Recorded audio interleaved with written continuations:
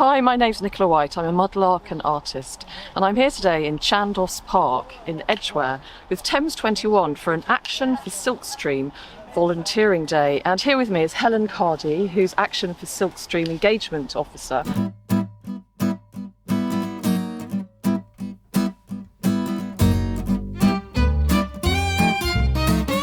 So today, what we're doing in Chandos Park is preparing the area for when the major earthworks start, which is going to be later on in spring 2024. So what we've got here is a wire fence, which has been fencing off the river at the bottom of the park for the last 30-40 years. We want to remove that because when we rechannel the stream further into the park, we need to get rid of that fence. So we're going to try and take a lot of that down today, and we're going to take away any vegetation that's in the way, any invasive species that we find we'll be able to cut down as well. As you can see, some of the trees have already been felled in preparation for the works happening next year. That's great. And so this is really increasing like flood resilience and the effects of climate change down the line. Yeah, it is. At the moment, as you can see, the stream is pretty straight. It's just along the back of the park here, and the project will bring the stream in meanders, which means it will wiggle a bit further into the park here, which will, as it goes around those bends, the flow will slow, which will sort of stop any flooding further downstream in the catchment. That's the plan anyway. Fantastic, and it's going to look so good, and it'll be brilliant for the community as well. It will. It will make a real difference to this park, because it's been fenced off, and lots of people that live around here and use this park don't even know there's a river there. It's behind that fence, and lots of people use it for fly tipping and things like that. So we're hoping that kind of more positive change will stop people, doing that kind of thing as well. Brilliant. Right. Well, I'd better get going, hadn't I? Yeah. Let's do it.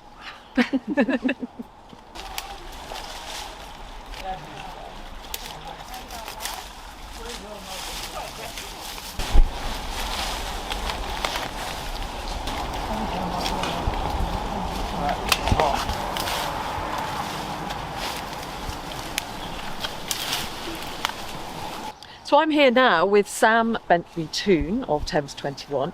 Hi, Sam. Hi. Thank you for having me here today. Can you tell us what you do at Thames21 and what we're doing here today? Yeah, so at Thames21, my title is currently Engagement Manager, but I'm starting a new role in January, which is Empower Rivers Programme Manager, which is a big new project starting up in the new year, which is very exciting. So today we are working with volunteers in Chandos Park as part of the Action for Silkstream project.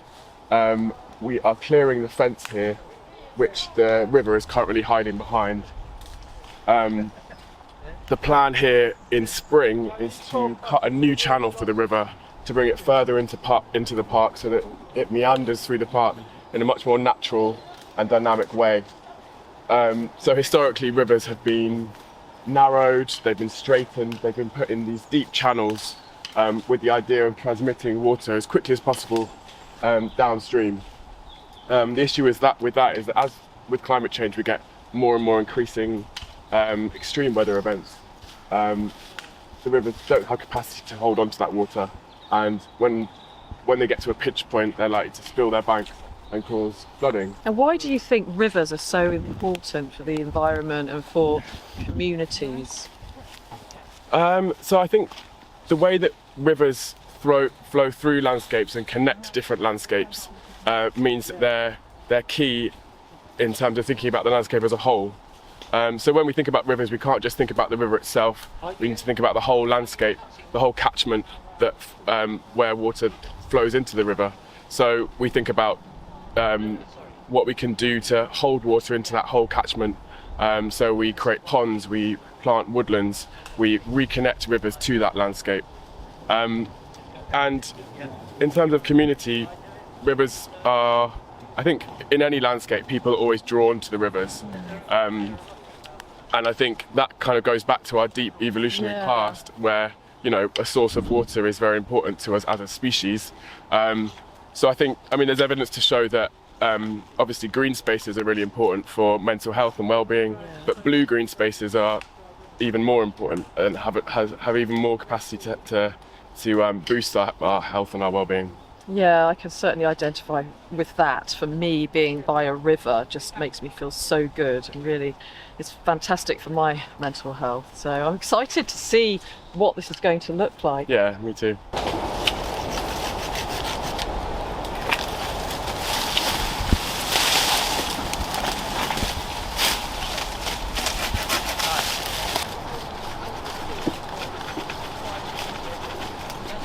Right, we're just trying to. Lots of the ivy's grown through the wire fence there, so we're just kind of trying to release the plants from the fence to pull it away. So yeah, I think it's been there such a long time that it's all become kind of entangled with each other. Silkstream is a project to improve the stream, which is hidden behind us. We're going to take it right out into the park, make it more natural, so more bendy and with less concrete. It's above ground here, and we're going to make it more in the light, which makes the water cleaner, and more instead of behind a fence, so people can enjoy it more. I'm Lynn, and I'm part of the park user group that's in our park, Chandos Park. It's Chandos Park Community Group, because we feel it should be all about community. And I helped form the group probably 8 years ago, and I have now had a bit of a rest, and I'm now back as chair of the group. I'm just helping Thames21 out today, providing some refreshments and just generally helping. It's a lovely park in the summer, particularly, and we like to keep it as trim as possible. We're the nearest park to 6 schools, and it's sort of a forgotten park, although we've sort of woken everybody up about it. We spend quite a bit of time litter picking and doing general clearance. It's always got people in it. Everybody uses dog walkers. It's just for everybody. Older people, people with children, and it's going to be refurbished, which is just wonderful. So I'm with Neil, and Neil, you've been volunteering today. Do you volunteer often, and what do rivers mean to Well, I'm you? officially retired, but I spend most days of the week doing some kind of conservation volunteering work. Do you? I got heavily involved in this when people told me about the Silkstream project a couple of years ago, and I've lived in this area all my life, so I thought I got a chance to do something, and I'm very happy to be involved. And rivers is something that I'm passionate about.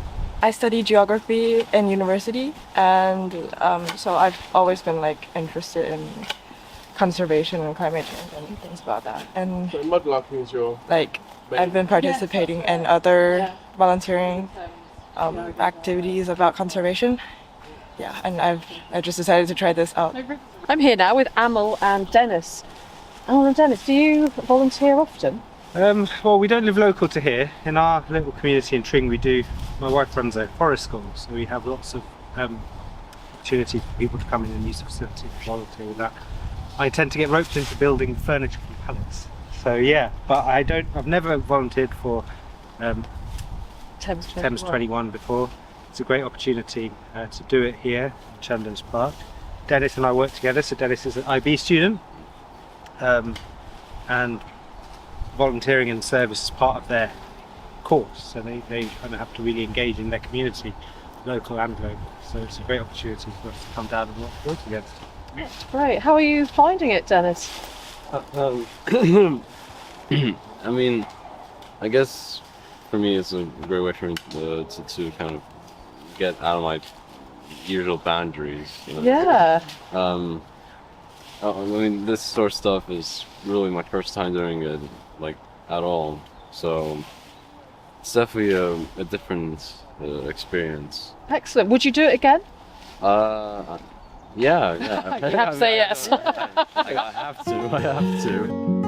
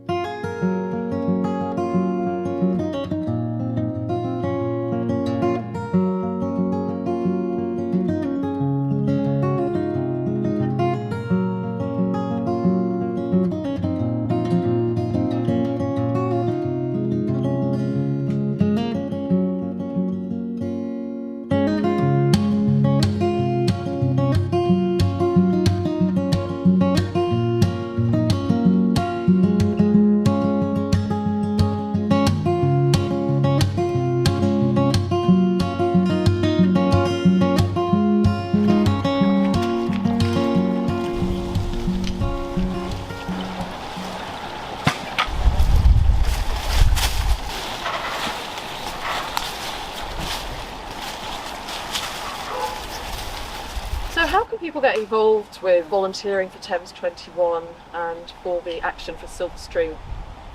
So we're always looking for volunteers to get involved, either on practical days like this where we remove litter from rivers or do vegetation management or invasive species removal. We're also looking for citizen scientists to gather crucial data about our rivers and water quality, which informs the work we do. So to find out more about that, you can look at Thames21 What's On page, or you can also look at the Action for Siltstream page where Action for Siltstream events are listed. Okay, and I'll put all those links on the description to this video, so you can find out all the information.